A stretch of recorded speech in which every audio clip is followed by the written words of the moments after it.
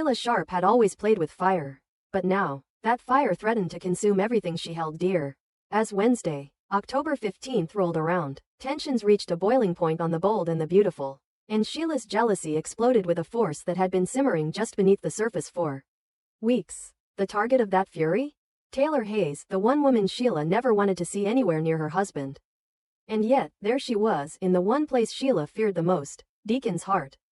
It began innocently enough. Deacon Sharp, battered by the weight of a crumbling marriage, sought comfort and clarity in therapy. He didn't know where else to turn. Everything with Sheila had spiraled out of control, and he couldn't breathe in the home they once shared. He needed space. He needed peace. And in Taylor, he found something dangerously close to it. Taylor Hayes, always the compassionate professional, welcomed Deacon's vulnerability. It was in her nature to help, even when her instincts warned her this could become messy. Deacon opened up during their session. Really opened up, and for the first time in weeks. He felt heard. Taylor didn't judge him. She didn't manipulate. She didn't throw his past in his face. She listened. She cared. And she saw him, not the mistakes, not the reputation, just the man. That glimpse of understanding pulled Deacon in like a riptide, and he found himself craving more time with her. Taylor, sensing his pain, agreed to continue seeing him. She knew the risk. She knew Sheila, but she had no idea that Sheila had already started watching. Outside the clinic, hidden from view but burning with rage, Sheila witnessed the end of their session. She watched Deacon hug Taylor, a long, intimate embrace that made Sheila's blood boil. It wasn't romantic. Not yet, but it didn't have to be. For Sheila, the sight was enough to confirm her worst fear. Deacon was slipping away, and Taylor was the one pulling him back from her grasp. And Sheila never gave up anything without a fight. Not her man, not her life, not her control. The thing about Sheila is that when she feels threatened, she doesn't retreat. She attacks. And Taylor, despite her calm and composed exterior, was about to find herself square in the middle of a war she thought had ended years ago. Their past was violent, twisted, and unresolved. Old wounds would soon reopen, and Sheila was more dangerous now than she'd ever been. But while Sheila stewed in the shadows, Taylor kept her guard down. She thought Deacon was just a patient, just a troubled soul in need of guidance. She didn't realize she had walked into the middle of a storm. One that would threaten not only her peace but her very safety. Meanwhile, in another corner of Los Angeles, Brooke Logan was sipping champagne and savoring her recent reunion with Ridge Forrester. After all the heartbreak, the betrayals, the triangles and tangled loyalties, Brooke had finally found her way back to the man she loved. And Ridge, for all his faults, seemed committed this time. Their connection felt real again. Steady, promising, but even in her happiness, Brooke couldn't shake the awareness of others still searching for their own peace. Especially Taylor. Brooke and Taylor had shared history. Rivals for decades, they had clawed, cried, and confronted each other through men, marriages, and motherhood. But something had shifted. Time had mellowed their animosity. And while trust was still fragile, Brooke no longer wished pain on Taylor. In fact, she found herself wishing Taylor would find someone to love her completely. Someone who wouldn't waver. Someone who wouldn't choose Brooke instead. She said as much to Ridge. "I want her to be happy," Brooke admitted. "She deserves someone who puts her first," but even as Brooke said it, fate was moving in the opposite direction. Because the man Taylor was starting to feel connected to was still deeply entangled with someone else. And that someone else had no intention of letting him go. Back at Il Giardino, the tension between Deacon and Sheila reached a breaking point. Sheila cornered him, her eyes pleading but intense. She wasn't angry, yet. She was desperate. She made her pitch not with threats but with vulnerability. She told him how much she needed him. How lost she felt without him in their home. How everything she'd built was crumbling without his presence. "Come back," she whispered. "Please. We can fix this. I need you." For a moment, Deacon hesitated. The history they shared, the chaos, the passion, the survival, they had weathered storms before. But this one felt different. Deacon had changed. He wasn't sure Sheila had. And worse, trust had been shattered. He reminded her of that. The secrets, the lies, the manipulations. "You broke something," he told her flatly. "I don't know if it can be fixed." And then he dropped a bomb. He brought up Luna Nozawa. The truth, the rumors, the fallout. He demanded answers. Sheila's reaction was telling. Panic, then fury, then deflection. Deacon saw through all of it. The web Sheila wove was unraveling fast, and she was losing control. And Sheila without control was a ticking time bomb. But the drama didn't stop there. Across town, news was spreading fast. Luna Nozawa had been arrested. Details were scarce, but whispers turned to headlines. And suddenly Sheila had a new reason to lash out. The Luna situation hit close to home.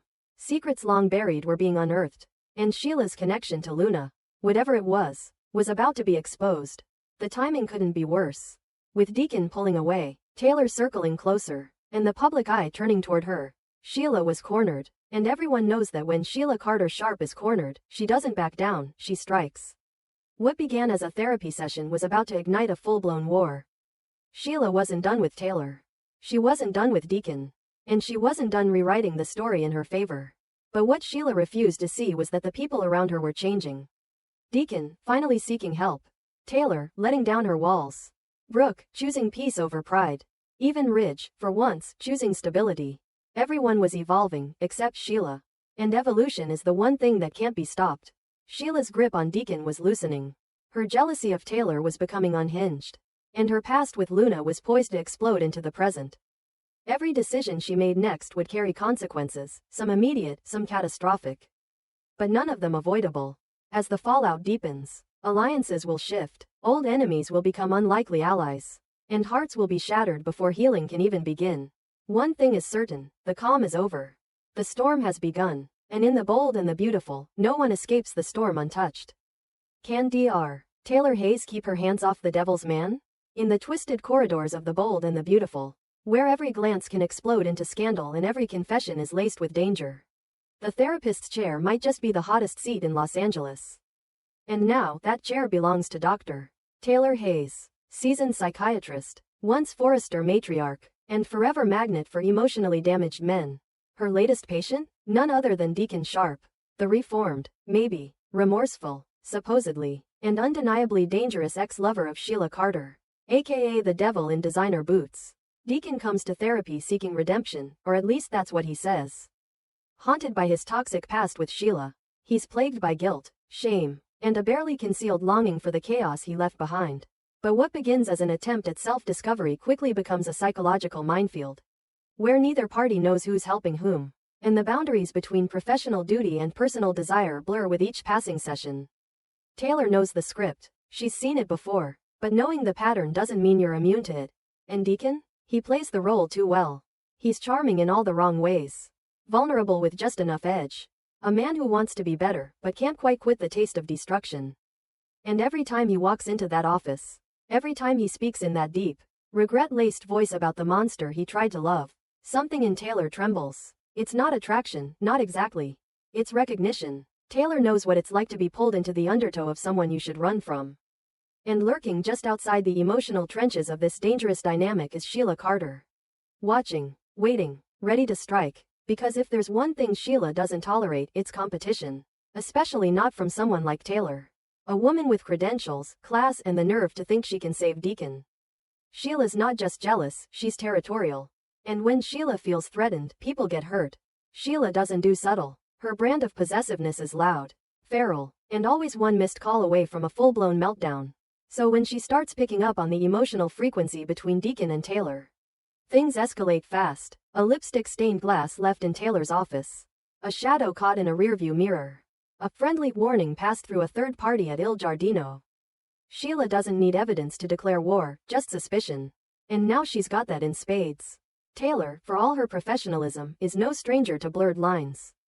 She's made questionable choices before. Crossed the therapist-client boundary. Fallen for men in pain. Clung to the fantasy that she could fix them. But with Deacon, it's not just risky, it's ruinous. She's already on shaky ground with the Forresters. Her children barely trust her instincts anymore. One misstep, one rumor of impropriety with Deacon Sharp, and her entire career, her identity, could implode. And yet, she keeps letting him back in. Session after session, she tells herself it's about healing. She tells herself she's in control. But it's not true, not fully. Meanwhile, Deacon is spiraling. He says he wants peace, but he's drawn to the storm. Therapy is supposed to be a lifeline, but he's using it like a drug. He's addicted to the catharsis, the attention, the illusion that talking about his darkness somehow absolves him from it. And Taylor? She's his favorite audience. He watches her eyes soften when he talks about Sheila. He sees her struggle to maintain the wall between empathy and desire. It thrills him, scares him, makes him feel alive, the same way Sheila used to. But unlike Sheila, Taylor demands introspection. She holds up a mirror and forces him to look. Not just at what he's done, but at who he's become.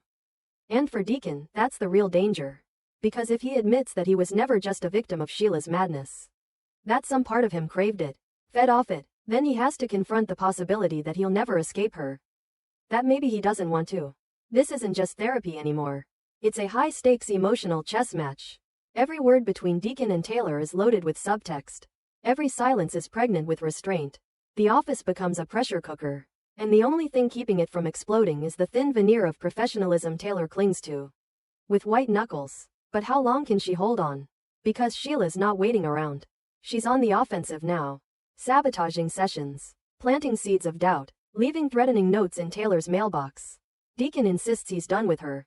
But the ties that bind him to Sheila are spiritual, toxic, and terrifyingly persistent. One moment of weakness. One fight with Taylor. And he could slip right back into Sheila's bed. And her madness. And Taylor knows it. That's what terrifies her. Not that she might fall for Deacon.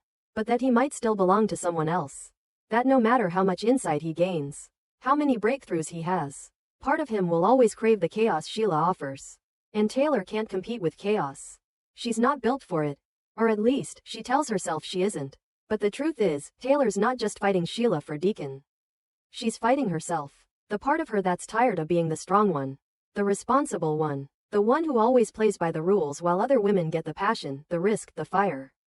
Deacon represents something she's never allowed herself to have. Danger with a pulse. Redemption with abs. And maybe, just maybe, a chance to rewrite her own tired narrative. But nothing in B&B ever comes clean. The walls are closing in.